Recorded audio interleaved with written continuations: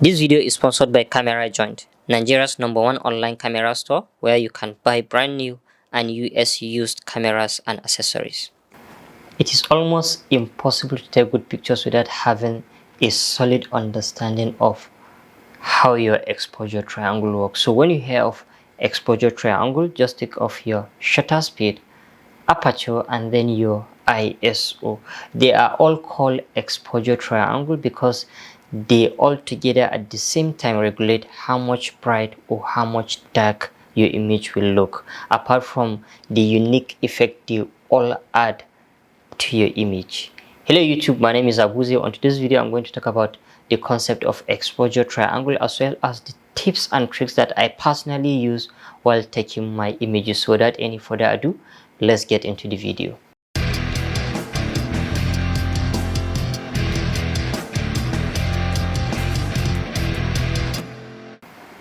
Alright, your ISO, shutter speed, and aperture are collectively referred to as your exposure triangle. This is probably one of the most important technical concepts you can know in photography, and it is also worth sitting down to learn and practice.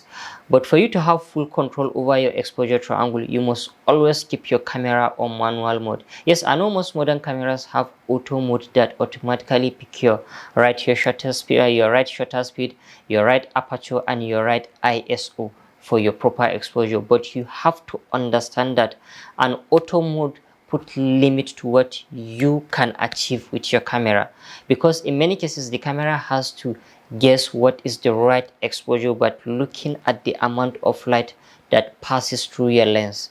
But knowing how to manually adjust your exposure triangle will help you to get the best and take nice image out of your camera.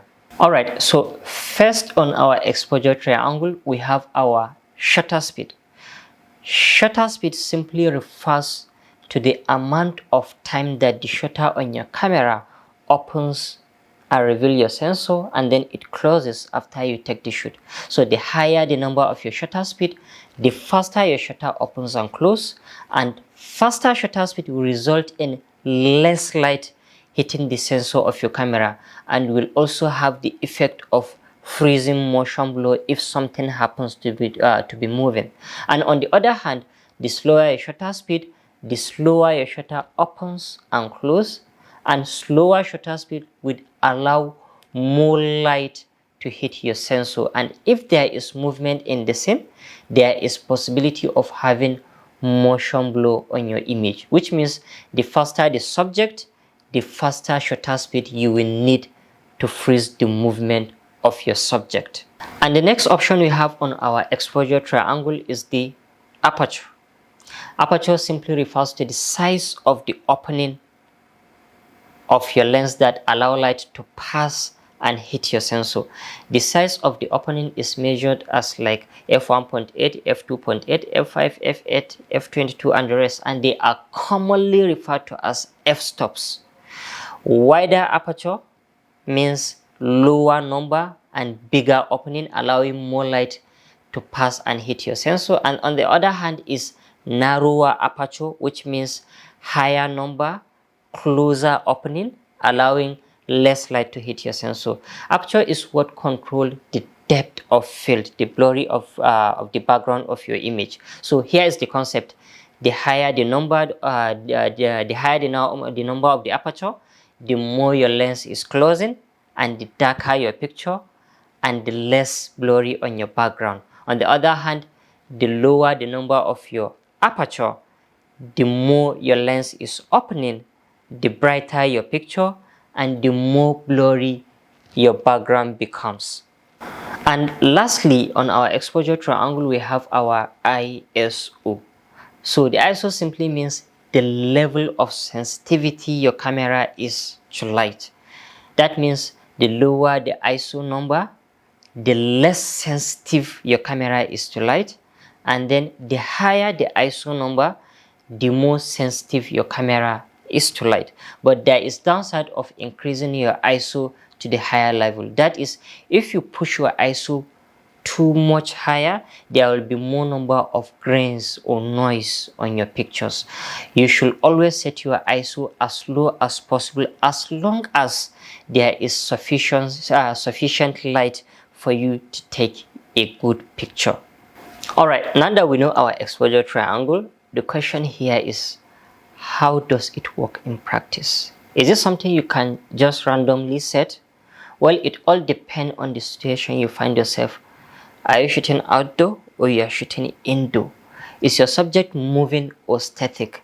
Is your background looking kinda beautiful and you want it visibly in focus, or is your background looking kinda trashy and you want to blow it out?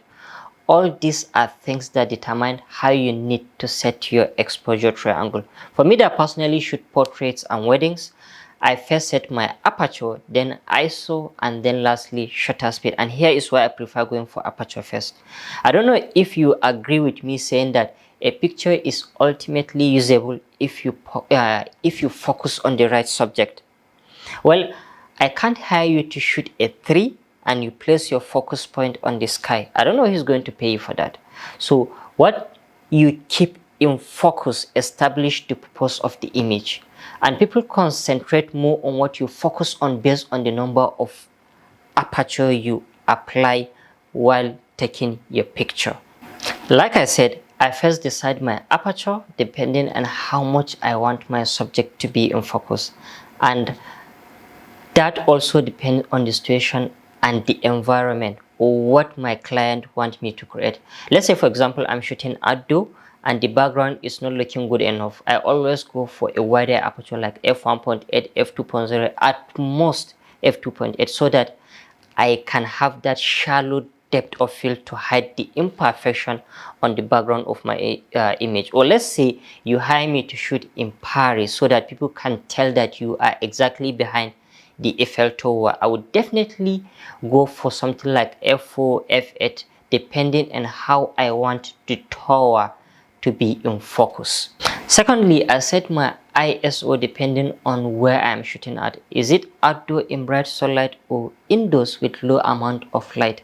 So if I'm shooting outdoors looking at my aperture at like f1.8 and shooting in bright sunlight, I always keep my ISO at 50 or 100 at most to reduce the sensitivity of my camera to light, because shooting at wider aperture in bright sunlight can make your image to look way too bright. But if I'm shooting indoors, I often increase my ISO to somewhere between 400 and 800, because modern cameras can handle high amount of ISO and still retain good image quality. But it is always important to keep your ISO as low as possible, even if you are shooting indoors with lots of ambient or in a hall with big windows.